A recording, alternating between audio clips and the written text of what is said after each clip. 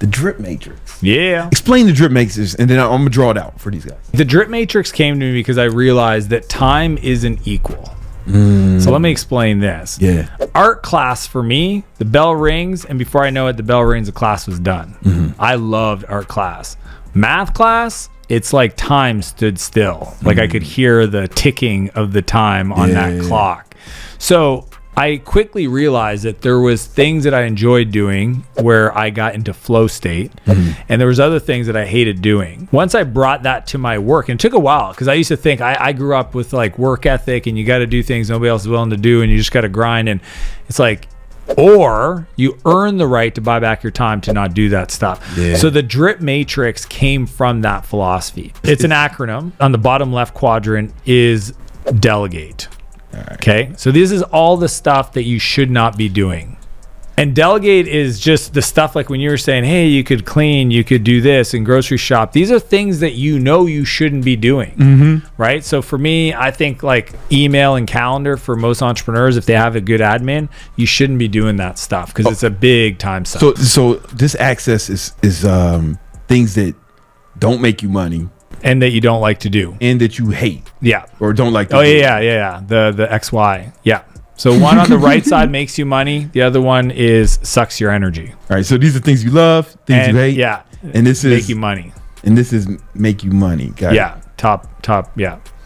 So bottom left is all the stuff that you shouldn't be doing. Just delegate that out, right? Low cost to pay somebody. Anybody can do it for the most part, and you don't like doing it. So I've never created an invoice in my life. I have no interest in learning. I don't want anybody to teach me. I'm never going to do it. Refuse to do it. Fuck that. So it's kind of like the first quadrant is, admin type hire, but at least just delegate stuff off your plate. Just say no, delete it. Just some people do stuff they shouldn't do it. Like doing too many things. How about you do less? And go all in. For sure.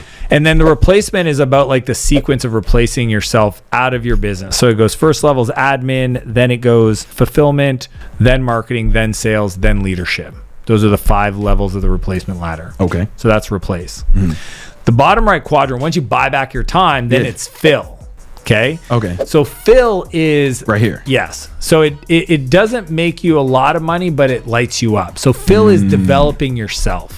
Right? It's investing in your relationship, investing in your health, investing in your knowledge, your skills development. Right? Once I replace my time, I want to go invest. That's the fill part. So I can become more valuable. Invest. Yes, but it doesn't initially make me more money. Right. It's like investing. It could just be investing in yourself. Yeah, it's coaching, it's reading, it's going to the gym, it's working on your energy, it's going to see a therapist to work through your trauma so you don't have emotional responses to things that you shouldn't, work on the vices. But that's what fill is. And then the top level is produce. And that's why it's the D.R.I.P Matrix. Delegate, replace, invest, produce.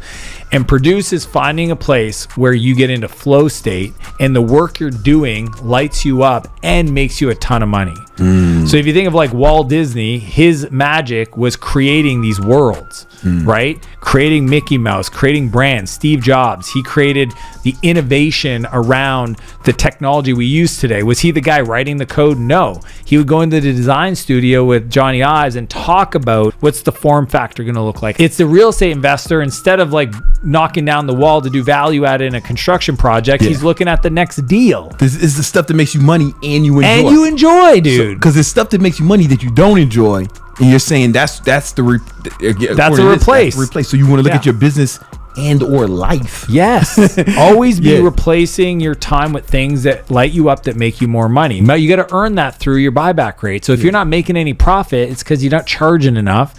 The buyback rate is essentially what amount of money should you be spending to buy back an hour. And the way I calculate it is you take your income. If you're a freelancer and you make 100 grand, it's 100 grand, right? And then you divide it by 2,000 hours a year is the average somebody works. But then you want to only buy back for a quarter of that so that you're still making profit. So you got to go learn the skill to position yourself better, to charge more, to make profit.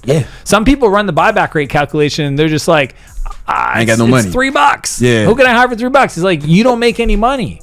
So you got to go, you got to grind. You got to figure it out. You got to get more money. The first step is make more money. Yeah, be more profitable. That's what I did. I'm before I even started my business, it was like right after my father killed himself.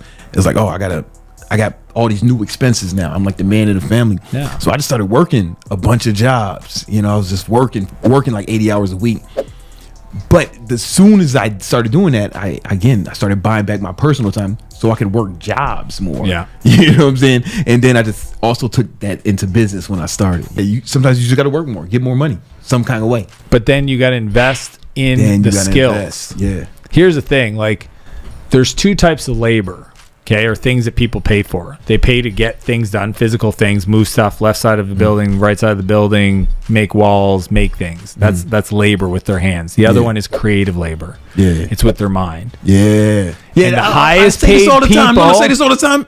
Now Dan's saying it. I say there's two ways to make money, with your muscles or with your mind. Muscles and mind. I'm gonna steal that. If you got to start with the muscle, that's where you That's start. where you gotta start. But don't realize it's a journey. Go back to replace, go to fill, so that you can invest in the skills to become more valuable. The highest paid people in the world have developed the skills to get paid for their thinking. Yeah. The bigger problem you can solve for other people, the more money you'll make. Yeah. Okay, so when you're a hedge fund manager and you're getting paid $1 billion a year, it's because you made people $100 billion. Yeah. That is a hard problem to solve. Exactly. If you can figure out how to do that, you can make $1 billion. Come on, man. So it's really just a correlation of how big of a problem can you solve in the world? How valuable have you become? And some people are like, it's not fair. No, it's 100% fair. Yeah. Any person can decide, instead of going to the vices, sleeping in, doing nothing, hanging out with friends, barbecuing, whatever they're doing, they can go pick up a book. Yeah. And they can go feed the brain, and they can go learn new skills. And those skills can be valued in the market, because you can now go to a small business and say, I'm going to help you with marketing because I learned how to market. Exactly. And that is the beginning of the path to get paid for your mind, not your muscle. Yeah, you got to develop that mind. You got to develop that mind. So that's where this would be. The field would be developing skills. And also investing in relationships. Yeah, I was just about. That's where I was. That's going in there. Yeah. I tell people, no. The reason I don't cook or clean or fucking wash my own windows is because I want to spend all my time either making money or spending time with my friends and family. Yeah. And that's it. Those are only two things I really want to do. There's other people who can wash my clothes. I may have never folded a piece of underwear, but when my housekeeper does it, it's like perfect. You know, like, oh shit, all right, and it's in the drawer. I just threw it in there. She's separating the darks and the colors. Like, I'd have never thought. But here's the cool part about that: the profit gets unlocked. What I was worried about, where I thought it was spending a little bit too much time here. Is that a thing? You have to produce. Yeah. Some people spend too much time developing themselves. I'm not saying you, but early days, I call it shelf help. They're just in acquire knowledge, man. Yeah. They're just like addicted to the personal development. They go to the seminars, they buy the courses, they're like, I'm reading this book, I'm reading that book. You actually have to translate the development into revenue. That's where the produce is. That's why for me, I wake up every day in the first 90 minutes to 2 hours, like early, is produce. Create something that is going to create leverage.